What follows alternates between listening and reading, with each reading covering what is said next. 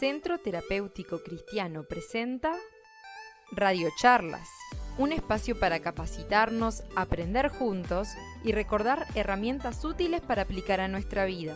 Una charla cada jueves, para que puedas escucharla donde quieras, cuantas veces quieras. El tema de hoy es familias y Navidad. ¿Tiempos de encuentros o desencuentros? A cargo de la profesora Sandra Costabel. Si tenés preguntas, no dudes en escribirnos al número en pantalla. Esperamos que estos minutos sean de bendición para tu vida.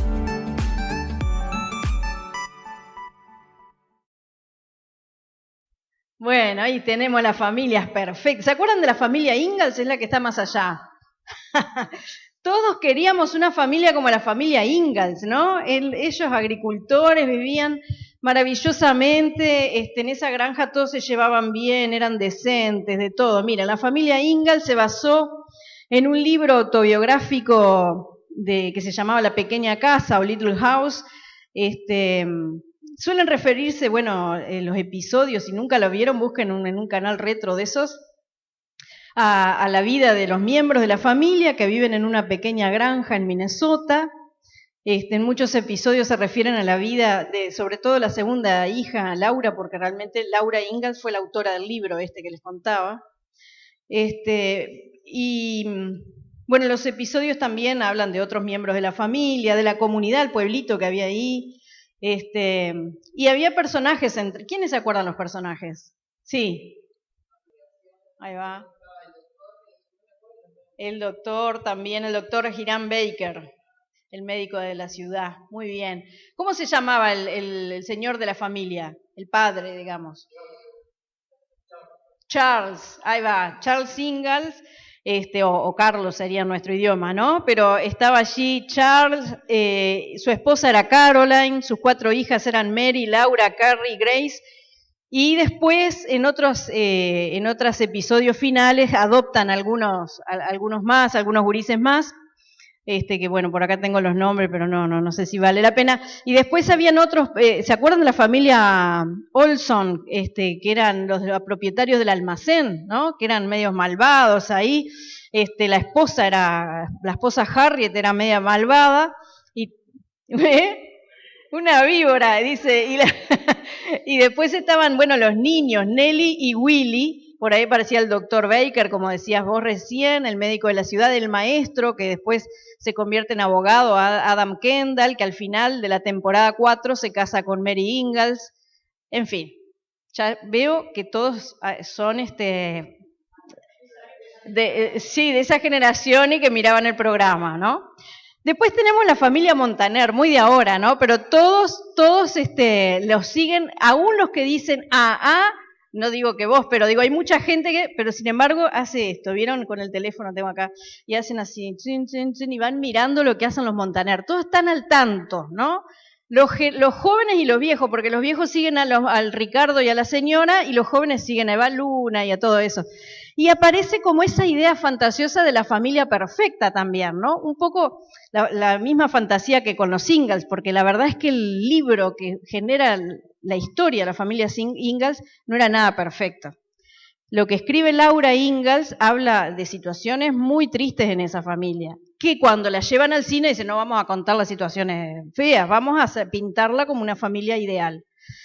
Y con los Montaner yo no sé cómo será la realidad, pero lo cierto es que todos la gente lo mira como con esa devoción de decir, ay, si yo tuviera una familia así, ¿no? Es como la que aparece en la modernidad.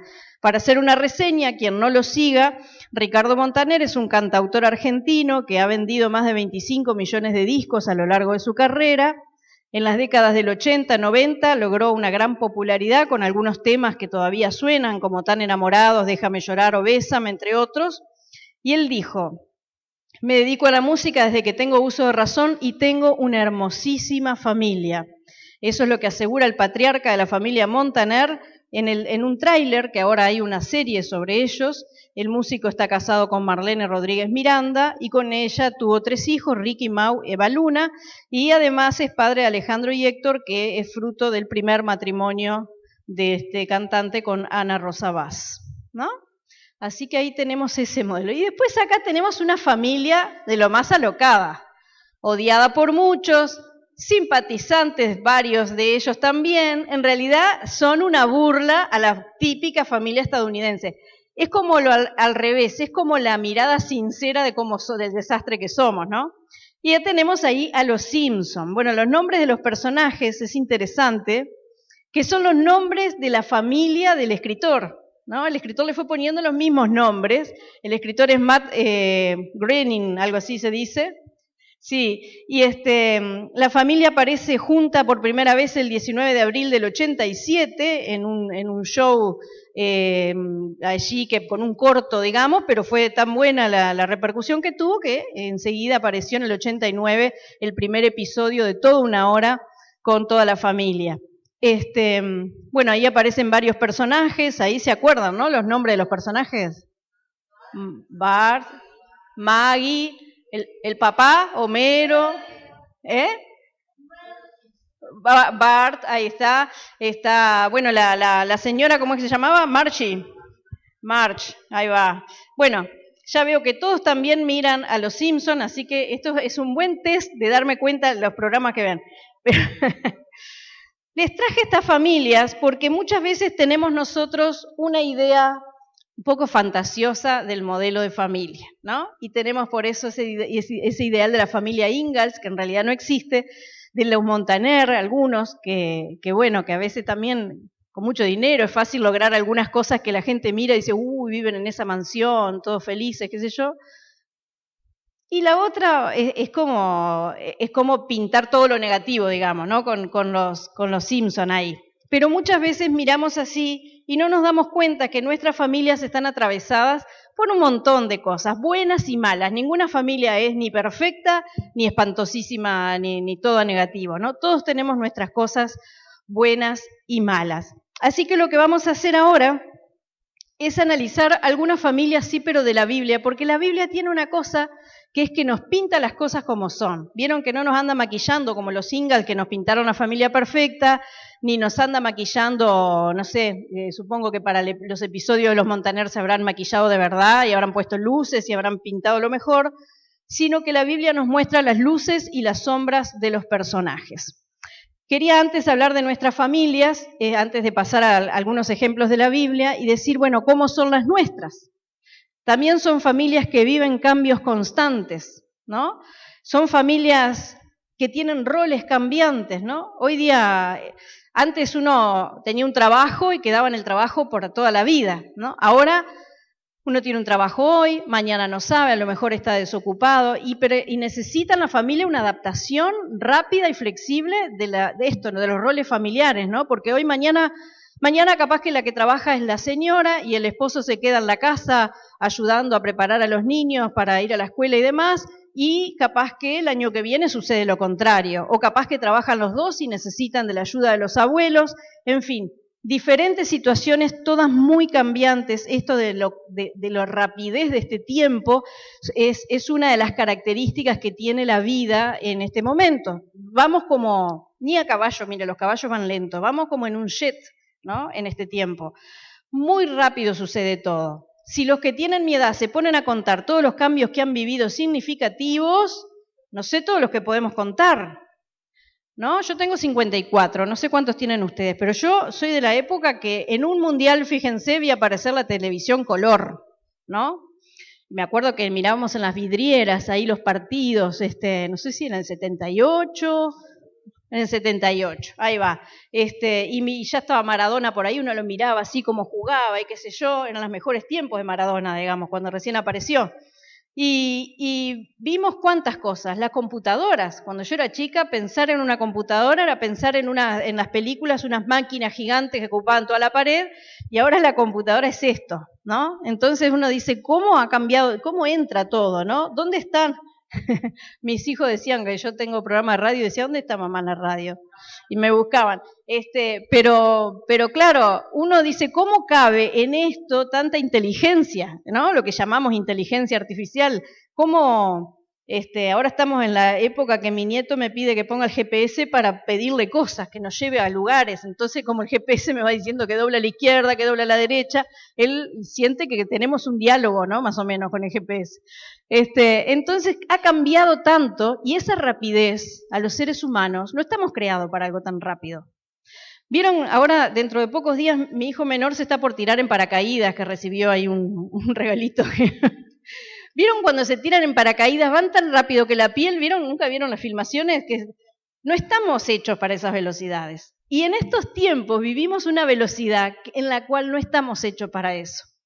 Entonces nos abrumamos, por eso es que nos pasan todas las cosas que nos pasan a nivel físico, a nivel emocional y demás, y por eso, bueno, la preocupación acá del Centro Terapéutico Cristiano, hablar de estas cosas para estar más sanos, yo miraba la leyenda de ahí arriba, ¿no? Los vínculos, tratar de invertir en los vínculos familiares para estar más sanos.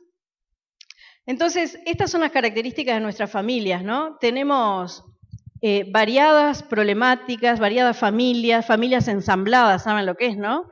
Él viene de una familia, ella de otra, los hijos conviven, son medios hermanos, medio hermanastros, no sé, los suegros de acá, es como un ensamble de cosas que antes podría parecer muy raro, ahora ya es bastante común, ¿no?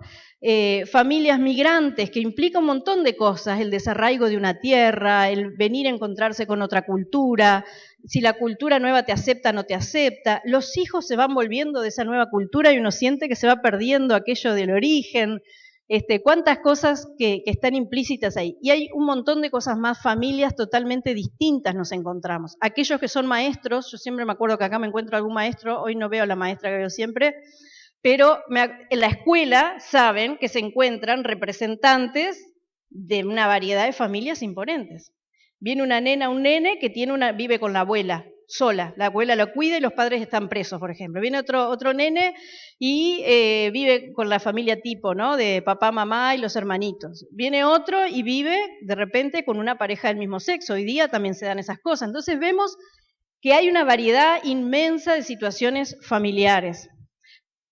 Familias celudependientes. Hoy me decían, estás como los adolescentes. Yo estaba mirando el videíto de la fiesta de la escuela dominical. Pero es así, estamos, ¿no? Un ratito que nos sobra, empezamos y lo que no nos sobra también. Entonces nos juntamos en Navidad y de repente estamos con el celu, ¿no? El otro día yo fui a una reunión por este tema de la reforma educativa con la Comisión de Educación de senadores. De todos los senadores de la República presentes en la comisión, que eran más o menos 6 o 7, nos atendieron 2, que nos miraron, que nos escucharon, nos hicieron preguntas, no sé qué.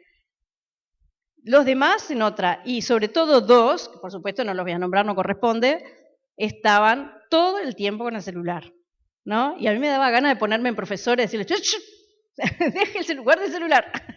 Y no podía ahí porque ellos tenían más jerarquía que yo. Pero bueno, ¿cómo estamos, no?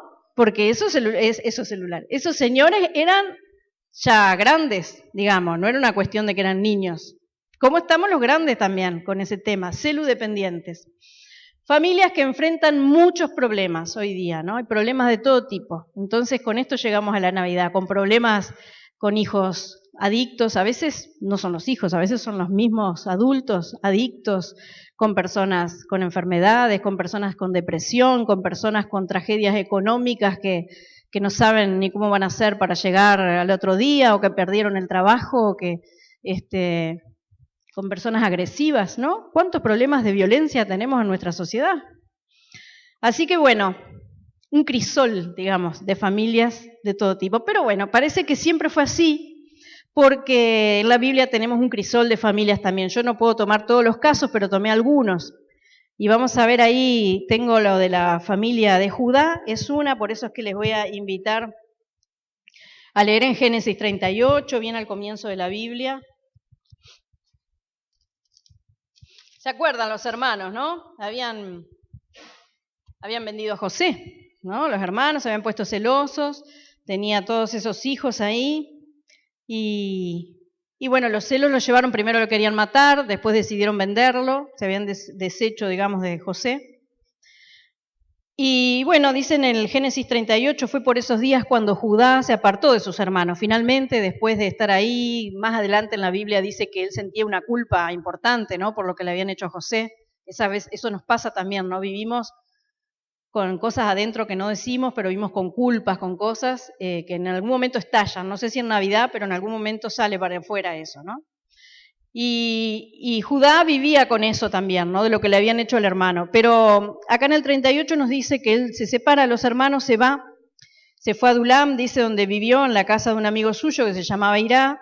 Allí Judá conoció a la hija de un cananeo llamado Súa y se casó con ella. Después de un tiempo ella quedó embarazada y tuvo un hijo. Judá le puso por nombre Tiempo después, la esposa de Judá tuvo 2 hijos más, a uno de ellos llamó Onán y al otro lo llamó Selá. Este último nació en Quesiv. Judá le buscó esposa a ¿no? Pasó el tiempo, quiso casar al hijo mayor, lo casó con una mujer llamada Tamar. Pero a Dios no le gustaba la mala conducta de así que le quitó la vida.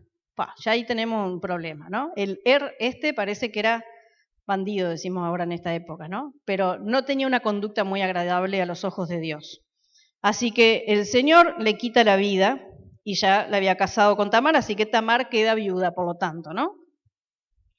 Entonces Judá le dijo a Onán, el segundo hijo, casate con la viuda de tu hermano y cumple con tu deber de cuñado. Vieron que había una ley en ese momento para protección. La mujer si no estaba bajo la protección del hombre, no era nadie en esa cultura, ni económicamente ni nada. Entonces esa ley lo que hacía era proteger que la mujer siguiera bajo una cobertura, digamos. Si se moría un hermano, se casaba el otro hermano. Bueno, cumple con tu deber de cuñado. Así, tu difunto hermano tendrá hijos por medio de ti, que es otra de las cosas que daba esa ley, ¿no? Si no te había tenido hijos descendientes en la familia, de esa forma podía tenerlos. Onán sabía que los hijos que tuviera de su cuñada no serían considerados suyos, sino de su hermano. Por eso, cada vez que tenía relaciones sexuales con ella, procuraba no dejarla embarazada. De ese modo, evitaba darle hijos a su hermano muerto. A Dios tampoco le gustó esta mala conducta de Onán, así que también le quitó la vida, ¿está? Porque fue egoísta, porque no quiso cumplir, como decía la ley, ¿no? Con eso, pensó solamente en él y a Dios no le gustó. Entonces Judá le recomendó a Tamar que se quedara viuda hasta que Selá creciera, era el chiquito, ¿no? No sé cuánto tenía, pero era el más chico. Y es que por lo pronto no tenía edad de casarse porque le pide que lo espere. Y bueno, el tema es que Judá tenía miedo, dijo, si se casó con y se murió, se casó con Onán y Onán se murió, esta era como la viuda negra, ¿se acuerdan? La viuda negra, esa que todos los maridos se le morían. Y dijo, esto, como quien dice, la culpó a ella, porque lo que le dio miedo era de darle al hijo chico para que también se muera, ¿no? Entonces, él tenía miedo de eso, de que Selá muriera como sus hermanos, por eso Tamar se fue a vivir a la casa de su padre. Pasó el tiempo, murió la esposa de Judá, y luego de llorar su muerte, Judá fue a Timnat, donde sus pastores estaban cortando lana a las ovejas, estaban de esquila, ¿no? Lo acompañó el amigo Hirá. Alguien fue a contarle a Tamar que el suegro iba para ahí, para Timnat, para recoger la lana de sus ovejas. Entonces ella se quitó la ropa de luto que tenía, se tapó la cara con un velo y fue a sentarse a la entrada de Naim junto al camino que lleva a Timnat. Tamar se había dado cuenta de que Selá ya había crecido y sin embargo no se lo habían dado como esposo, como decía la ley. Cuando Judá vio a una mujer con la cara cubierta, no se imaginó que era su nuera. Más bien pensando que era una prostituta, se acercó a ella y le propuso: «Oye, ¿me dejarías acostarme contigo?». Y ella le contestó: «Suponiendo que te deje, ¿qué me darás a cambio?». «Te mandaré uno de mis cabritos», respondió Judá. Acepto, dijo ella, «solo que si me dejas algo tuyo como garantía de que me pagarás». Bueno, y así sigue la historia. La cuestión es que ella queda embarazada ese día ahí, que tiene relaciones con el suegro, digamos, y cuando él se entera que está embarazada, la quiere mandar a matar, porque con alguien habrán dado la bandida. Y no se imaginó quién era, ¿no? Entonces ella, como le había pedido en garantía esas cosas, cuando se la van a llevar a matar, le manda: denle esto y díganle que el dueño de esto es el responsable, es el padre de la criatura, como decimos ahora. Cuando él se enteró, imagínense, ¿no? Entonces, tenemos una familia ahí, que es esta familia de Judá, que yo no quiero detenerme más en la lectura, que él termina diciendo, ¿no? El culpable soy yo y no ella, pues no quise darle a mi hijo Selá como esposa, y se da cuenta de todas sus faltas, ¿no? Pero tenemos ahí una familia con toda esa problemática. Tenemos que ya de soltero había mostrado la hilacha Judá, cuando vende el hermano, ¿no? Ya ahí tenemos como que no le preocupó venderlo, digamos. Y lo de la culpa le pesó mucho tiempo. Después culpa a Tamar de la muerte de sus hijos, ¿no? Esto de echarle la culpa a la mujer, cuando en realidad al final él termina aceptando que la culpa era de él, ¿no? Por no haberle dado el hijo menor, y en el caso de los otros también por tener mala conducta, y el otro por ser egoísta. Bueno, ya les hablé del levirato, esta ley que era para cuidar a la mujer. Él, otra cosa que tiene, otro hilacha, digamos, si le decimos así, es que, bueno, cómo trata esto de la prostitución, ¿no? Cómo se acuesta con alguien pensando que es prostituta. Era penado, ¿no? En ese momento. Era algo totalmente prohibido por la ley mosaica. Y, sin embargo, él ahí utiliza a esta prostituta como un objeto que se compra, digamos, que le mandaba el cabrito, valía un cabrito. Y lo que quiero llegar con la historia de esta familia es cómo la gracia de Dios llega de todos modos a esta familia tan compleja. Diríamos hoy, o hace un tiempo hablábamos de familias disfuncionales, ¿no? Como una familia disfuncional. El suegro termina acostándose con la nuera, los hermanos morían por castigo de Dios, era todo como un lío bárbaro, pero la gracia de Dios llega a ese lugar al punto que están ubicados en el linaje de Jesús, en la genealogía. A ese punto podemos ver cómo Dios de todos modos llega con su gracia y su misericordia. Vamos a la otra familia. Tenemos otra familia en la Biblia que yo tomé ahí, que es la familia de Ruth y de Noemí. Ustedes la conocen bien, muchas veces se habla de esta familia.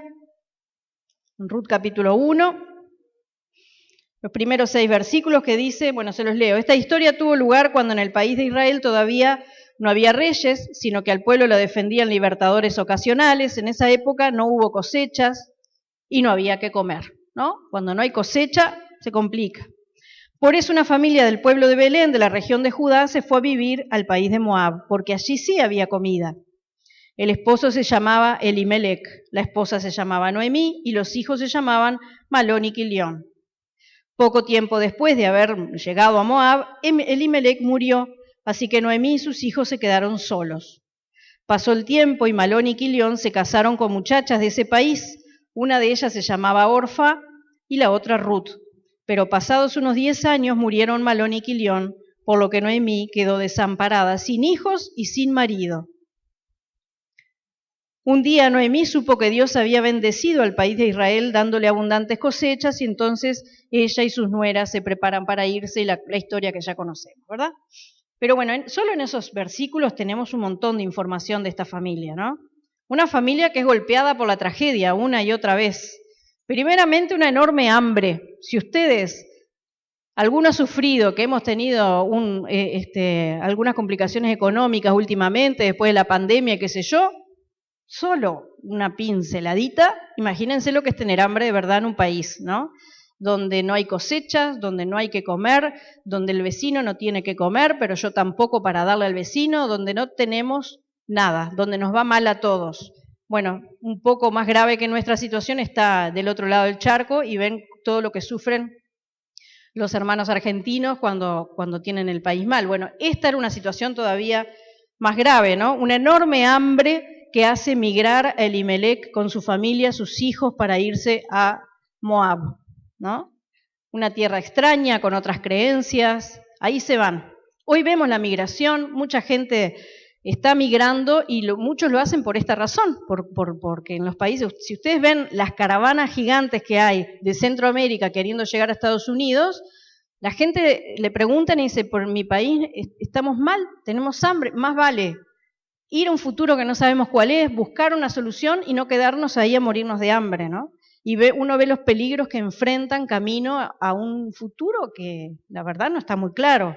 No se sabe si llegan, no se sabe si cuando lleguen cómo les va a ir, pero bueno, por lo menos alimentan esa esperanza en esa situación de tanta hambre. Bueno, así fue que emigró esta familia y se fueron a Moab. Esos 6 versículos, que están cortitos, un 6 versículos, y sin embargo tenemos que están llenos de pérdidas en esos 6 versículos, ¿no? Tenemos que, bueno, aparte de la pérdida de la tierra, de los bienes, de la migración, al poco tiempo se muere el padre de familia. Elimelec se muere.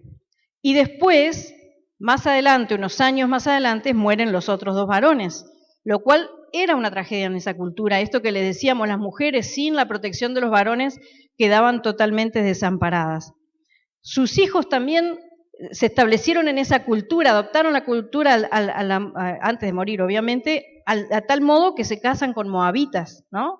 Que también es una pérdida, ¿no? Es como cuando viene alguien de otro país, nos vamos de Uruguay todos a Arabia a vivir, yo qué sé, y cuando la hija o el hijo se casa con el árabe, nosotros decimos, vamos perdiendo nuestra identidad porque se va a fusionar y no deja de ser una pérdida, por más que después hay riqueza cultural en la unión y todo lo demás, pero bueno, se van perdiendo algunas bases de identidad, digamos, ¿no? Bueno, Noemí pierde todo, básicamente, menos su fe, aunque cuando vuelve a su tierra debemos reconocer que está bastante deprimida, ¿no? De hecho, ella dice, no me llamen más Noemí. ¿Cómo le pidió que la llamen? Mara, ¿no? Amarga, ¿no? Por la amargura que tenía por todas estas cosas que le venían pasando. Nuevamente las mujeres luchando para que se ejecute la ley de Dios. Todo esto que pasa después con Ruth y demás es una búsqueda, una estrategia de estas mujeres, Ruth asesorando a la nuera, ¿no? Para que llegue al voz y todo lo que sabemos en la historia que sigue ahí en Ruth. Una historia esta de Ruth de amor y fidelidad, de compromiso de Noemí hacia sus nueras, de compromiso de Ruth hacia Noemí, de compromiso de Booz hacia Ruth. Y nuevamente el Señor llega con su gracia y es otra de las familias de la genealogía de Jesús, ¿no? Como vemos, Jesús quiso valorar e incorporar dentro de su genealogía familias también complejas, que tuvieron sus que veres, digamos, ¿no? Importantes. Y después tenemos la familia de Jesús. Bien, teníamos estas 3 familias, que hicimos un rápido repaso, tenemos problemas y más problemas, lejos de ser los Ingalls, los Montaner o cualquier familia que nos la quieran pintar perfecta en los medios de comunicación. Tenemos la familia de Judá por un lado, con una disociación del amor, porque Judá es bastante antes. Judá tenía su esposa que después fallece, qué sé yo, pero no tuvo problema en ir por ahí por el camino, encontrarse con alguien que él creía prostituta y acostarse con ella. Así que esa cosificación en la sexualidad, uno de los problemas. La mala conducta de otro de los problemas, ¿no? ¿Cuántas veces en la familia nos vamos a juntar en Navidad y tenemos a alguien que no es santo de nuestra devoción, decimos, ¿no? Porque no nos gusta su conducta, ¿no? Puede ser, no sé, capaz que es alguien que sabemos que es estafador, o capaz que es alguien que sabemos que es violento, o capaz que es alguien que sabemos que es borracho, diferentes cosas, y no nos gusta su conducta. Eso pasaba con El egoísmo de Onán, ¿cuántas veces encontramos familiares o personas con las que compartimos egoístas en nuestras familias también? Y decimos, ¿cómo puede ser así, no? ¿Cómo puede ser tan egoísta? La familia de Noemí, tenemos una familia llena de pérdidas. ¿Cuántas veces venimos a las fiestas nosotros con el dolor de las diferentes pérdidas? Pérdidas de familiares, pérdidas de nuestra tierra cuando celebramos Navidad lejos, pérdida de nuestros afectos, nos peleamos con alguien y la pérdida de esa relación nos duele muchísimo. La ruina económica en la familia de Noemí también. ¿Cuántas veces enfrentamos esos encuentros familiares y no tenemos que llevar, pero nos vemos obligados porque la cultura nos dice que hay que tirar la casa por la ventana, entonces igual sacamos con la tarjeta, pero no puede faltar la cerveza, no puede faltar la papita chip, no puede faltar no sé qué, y lo estamos haciendo sin tener plata a lo mejor. Olvidándonos que la familia de Jesús vivió esa primera Navidad de una manera tan sencilla. Pero es que hemos perdido eso, ¿no? Nos ha ganado la costumbre y alimentamos el problema con más problemas. Además de que no tenemos plata, nos endeudamos para poder cumplir con las aspiraciones que otros tienen sobre lo que nosotros vamos a hacer. La depresión, otro problema de la familia de Noemí, que ella por todas las pérdidas sufre. ¿Cuántas veces no queremos una festividad porque estamos muy deprimidos y nos quisiéramos acostar y tapar hasta acá arriba y no ver a nadie y despertar al otro año? Yo creo que pasen todo ese tiempo de que tiran cohetes y demás y no vivir ese tiempo porque estamos muy deprimidos y no podemos celebrar. Y la familia de Jesús, que también vivió una tensión importante, porque esto que él relató, cuando Samuel lee lo que pasó con este adolescente, yo no sé si ustedes se olvidaron el hijo por ahí, pero ¿sí? ¿Vos sí? No, por allá dicen sí, yo dije, bueno, se olvidan de los hijos. No, yo vi algún caso. 3 días, por favor. Yo conozco algún caso de unos misioneros que venían acá a Montevideo y se iban de repente y después se habían olvidado uno de los hijos, tenían que volver, pero eran unos kilómetros nomás y volvían, ¿no? Pero acá, imagínense, era una situación de tensión, cuando se dieron cuenta, cuando lo empezaron a buscar, cuando no lo encontraron. ¿Cómo manejó eso la familia de Jesús? Los límites bien puestos, ¿no? Yo decía, porque ellos le hacen un planteo al hijo, estaban preocupados. ¿Cómo nos hiciste esto? Nosotros nos preocupamos, Jesús. Es interesantísimo cómo lo manejan, cuando era una sociedad, una cultura que a los gurises no los consideraban, ¿no? Bien les podría haber costado una buena viaba, digamos, si hasta el día de hoy, digamos, se responde con violencia, imagínense hace 2000 años atrás. Sin embargo, esta familia dice, le pregunta, ¿no? Lo escucha a los adolescentes, cosa que ni todavía hoy se hace demasiado. Había diálogos de familia en esos momentos de tensión, ¿no? Cuando estamos peor ellos lo que hicieron fue dialogar. Jesús, explícanos por qué hiciste esto. Y Jesús les explicó. No solo les explicó, sino que ellos no entendieron nada de lo que les explicó. Porque dice que no entendían, pero se fueron pensando. Y hoy nos pasa cuando los adolescentes nos explican, primero, no los queremos escuchar porque ya no los entendemos y no queremos que nos expliquen ni por qué les gusta esa música, ni por qué no sé qué. No solo no los escuchamos, sino que si no los entendemos, peor, ¿no? Pero es interesante que José y María dialogan con él, lo escuchan, no lo entienden y aún así lo escuchan y lo respetan, ¿no? Y no vino un castigo, no habla en ningún lugar de un castigo. Es lo que llamaríamos hoy un diálogo asertivo, una buena forma de comunicarse. Ahí tenemos un modelo de familia del que tenemos que aprender para los momentos de tensión. Y tenemos finalmente una Navidad que llega con esta cartelera que es de todo, ¿no? Tenemos un crisol ahí de cosas, ¿no? Ahí tenemos, si pensamos, traemos las historias bíblicas para acá, ¿no? Y veíamos esa posición de Judá medio machista, como era su cultura, digamos, y que andaba con la prostituta y demás. Bueno, la familia hoy día tenemos también los que hacen los chistes machistas, nunca faltan, ¿no? Se juntan en la familia, empiezan a hacer chistes y a algunos no nos gusta y eso nos entra a caer mal y nos lo callamos, pero no gusta, ¿no? El manejo de la tensión, ¿no? Nos encontramos, la cosa está en el aire y no sabemos cómo resolverlo.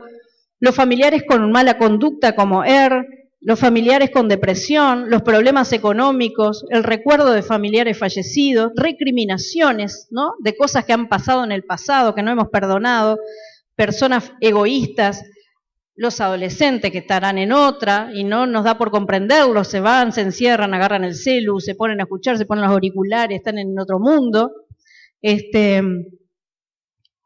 Y esa cartelera que les armé ahí está además condimentada con el alcohol, ¿no?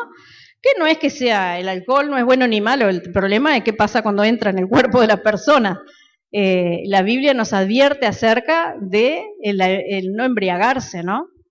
No nos dice que no tomemos porque vieron que hay ejemplos de que sí hay consumo de alcohol, pero sí nos dice que no nos embriaguemos.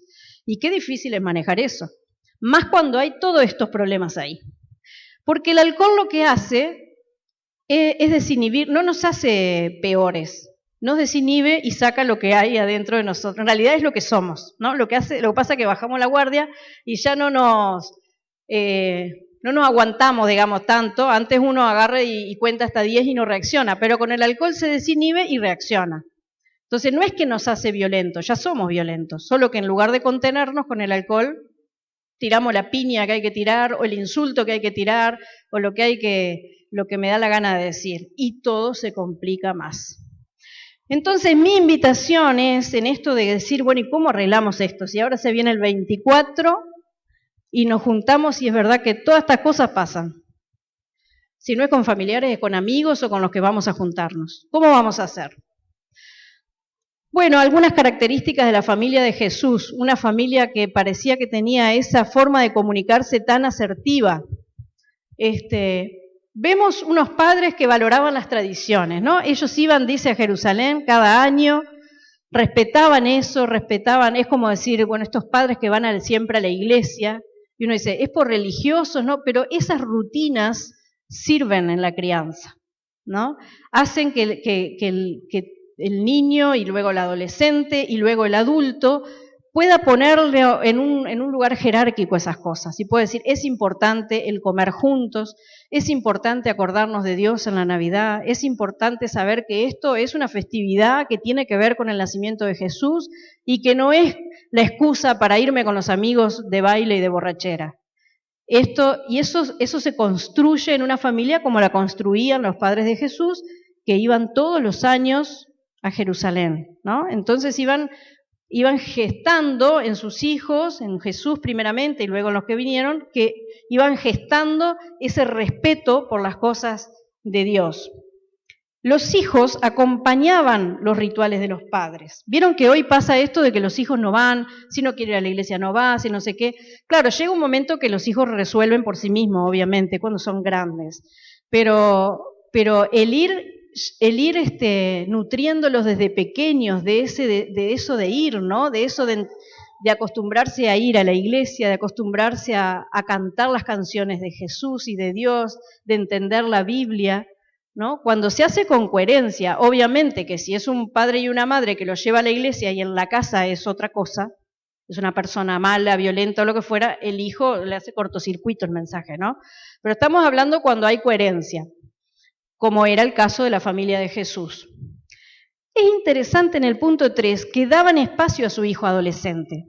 Ellos se dan cuenta después de tanto tiempo, porque lo dejaron andar.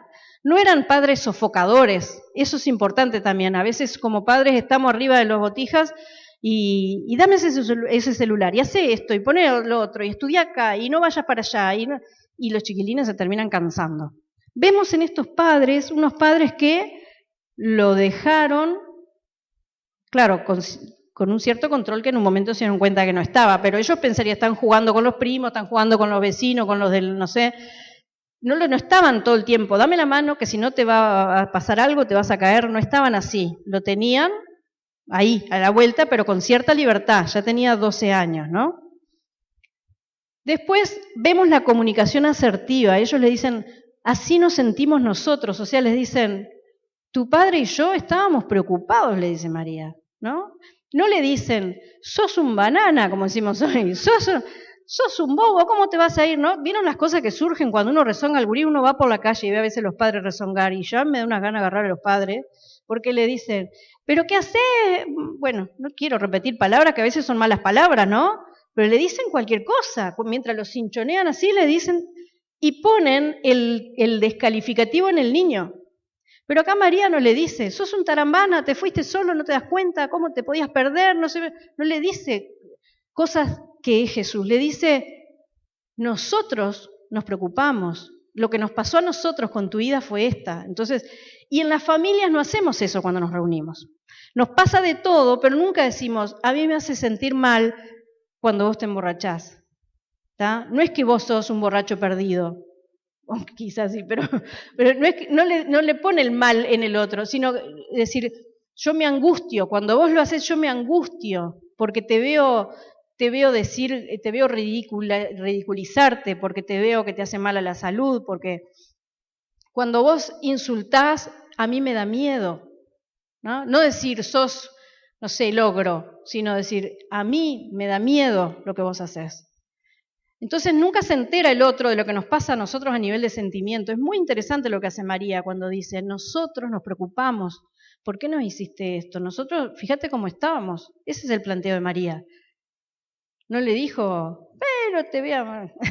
Hoy no sé lo que le podríamos escuchar decir a una mamá si un hijo se pierde 3 días, Dios mío. Aparte que lo pasaría a la tele ahora, ¿no? Diría, niño perdido. Y luego eso que les decía, ellos escucharon al adolescente y aún no entendiéndolo. ¿Cuántas veces escuchamos a nuestra familia, a nuestros amigos, esos que decimos, uy, nos vamos a encontrar con aquel, nos va a hablar de política, Dios mío, ahora va a empezar con el partido, y no lo podemos entender, porque decimos, ¿cómo? En una fiesta de Navidad y se pone a hablar de política. ¿Cuántas veces escuchamos con respeto aunque no los entendamos? Es interesante que María escuchó y se quedó con eso, me encantan esas expresiones, se queda con eso en el corazón, ¿no? Y ella quedaba mascando como la vaca que queda, le quedaba en la cabeza, ¿no? A María. Le daría vuelta, vaya a saber, estaría después cocinando y pensando, ¿qué quiso decir? Que las cosas de mi padre, que se tenía que ocupar de las cosas del padre. Y habrá quedado pensando así, ¿no? Pero no juzgó, ella escuchó y respetó a un niño, porque un adolescente, a los 12, para nuestra cultura es un niño, para esa ponerle que fuera un poquito más, pero, ¿no? Y aún así lo respetó. ¿Nosotros hacemos eso en los encuentros o queremos poner nuestra opinión por encima de la del otro, ¿no? Nos vamos a ver con el familiar que tanto nos molesta porque nos va a hablar, yo digo de política, pero podría ser, no sé, de otra cosa, ¿no? Como cuando nosotros vamos a hablar del Evangelio y a otro no le gusta, ¿nos escuchan con respeto o nos ponemos a discutir? ¿Cómo es la cosa? Entonces yo diría, qué bueno sería tomar el ejemplo de esta familia tan asertiva, ¿no?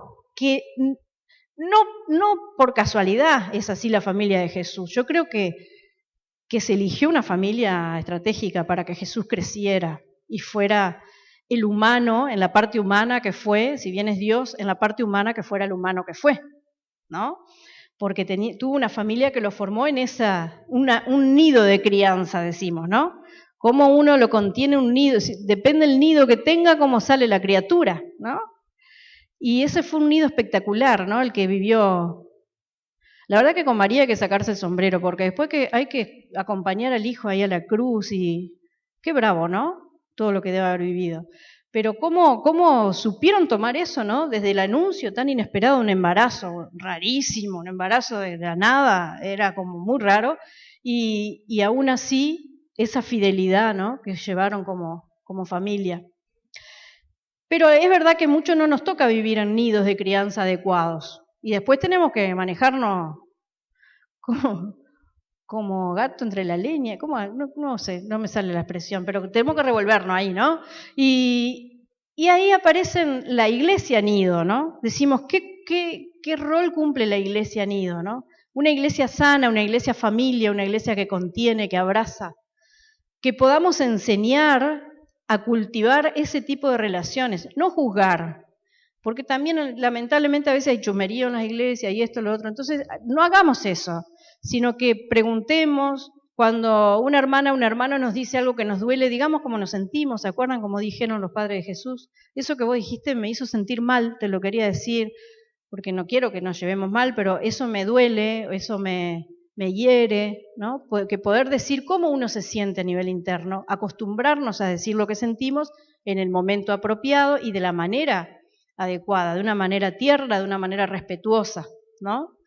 Para que no se nos salga, porque después se nos sale por los poros, se nos sale en un insulto que nos queríamos decir, se nos sale, y hasta algunos que no se nos sale por la boca, lo enfermamos en el cuerpo. A veces pasa eso también, que las personas acumulan broncas y cosas, nunca las dicen hasta que el cuerpo habla, de alguna manera, ¿está?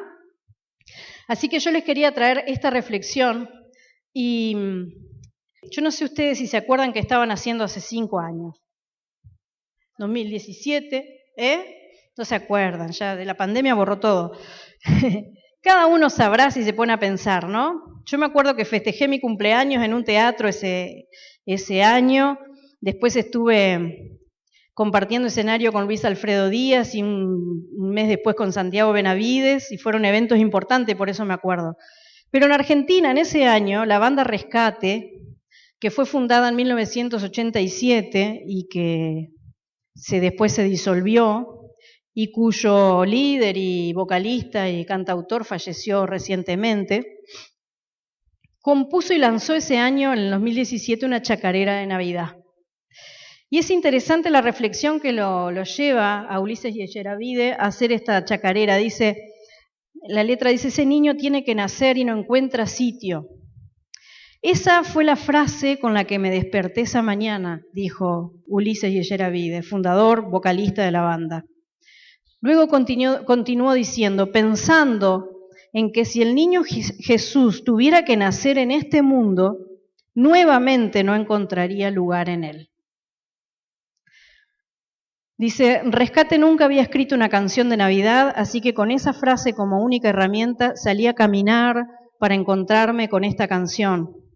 De camino sentía que Dios me preguntaba, ¿ese niño no tiene lugar en el mundo o en el corazón? En mi corazón pensé. Pensé en el pesebre, ese lugar oscuro, frío, incómodo, tan parecido a mi corazón. Ese niño al nacer convierte un establo en un palacio, transformó ese pesebre en su trono y él invita, a entregarle el corazón a Jesús sin dejar pasar esta Navidad para que él lo transforme, para que quite las telarañas, la dureza y la amargura y la transforme en un lugar habitable por Dios. Todas estas familias, con todos estos problemas, con la gracia Dios llega y transforma. De la misma manera como transformó ese establo en algo más hermoso que fue el lugar de nacimiento del Salvador, puede transformar nuestra vida, nuestro corazón, que es como un establo medio arruinado, el pobre corazón, ¿no? De las vivencias que tenemos, transformarlo en algo precioso para Dios.